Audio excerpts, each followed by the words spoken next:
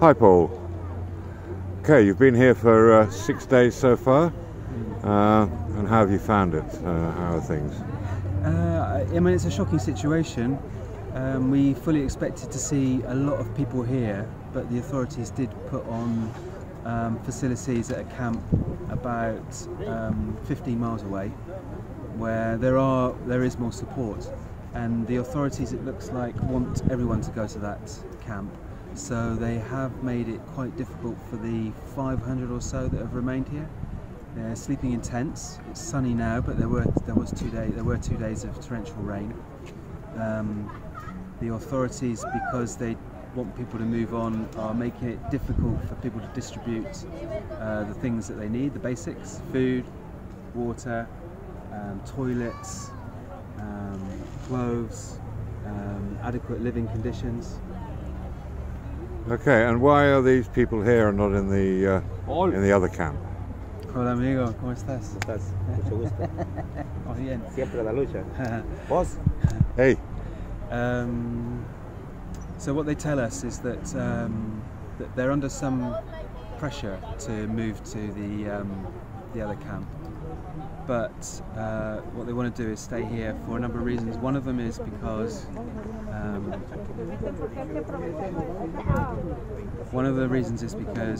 they're working here. Another reason is that they have been asked to apply for working visas here in Mexico. That is an opportunity for them. It does mean that they need to do some paperwork, and the office for that paperwork is just around the corner from here. What they say is that that's a complicated process. They can't afford to take a bus there and back every day for that process. Another one is that I think they probably mistakenly believe that they'll be able to find a way across the border from here, and I think a number of them, this is where they've journeyed to, and they've reached the end of their journey, and now they're a bit stuck. Okay, I mean, just looking over your shoulder now, I can see the wall Yes, right there. that goes across into the United States, which I guess must be about 300, 400 meters away. Yeah, I mean,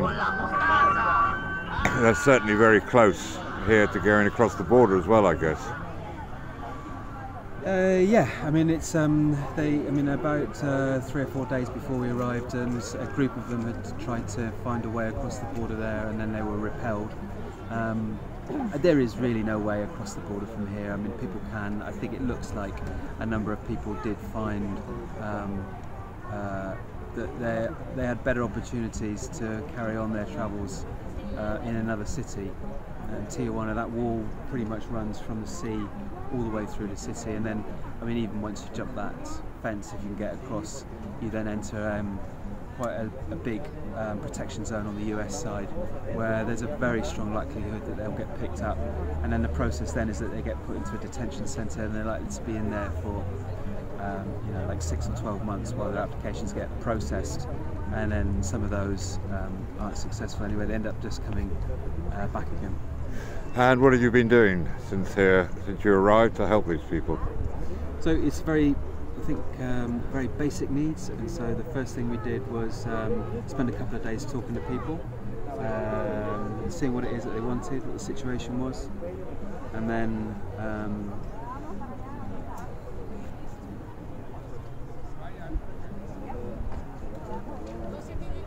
when we came back after talking to them, it was clear that they needed food, water, shoes, underwear, and places to live. The thing that we could do quickly was food. So we, on the first day that we did a distribution, we distributed a big bag of fresh fruit to everybody. We were very lucky to hook up with a group of local Tijuanan people who want to help, like many Mexicans have done throughout Mexico. And they are a church group that have a kitchen large enough to cook for 500 people. So for the last 2 days we've cooked a very hot meal, which is nutritious, rice, vegetables, chicken, beef, and then we've brought that here, got some burners, so you know, big pots, and we've made sure that everyone has a piping hot meal when they get here. And today we plan to do sanitary pads for all the women, although it is mostly men here. Most of the women have gone to the other camp, and we're going to be doing fresh water as well. Okay, that's great. Okay, thank you very much, Paul.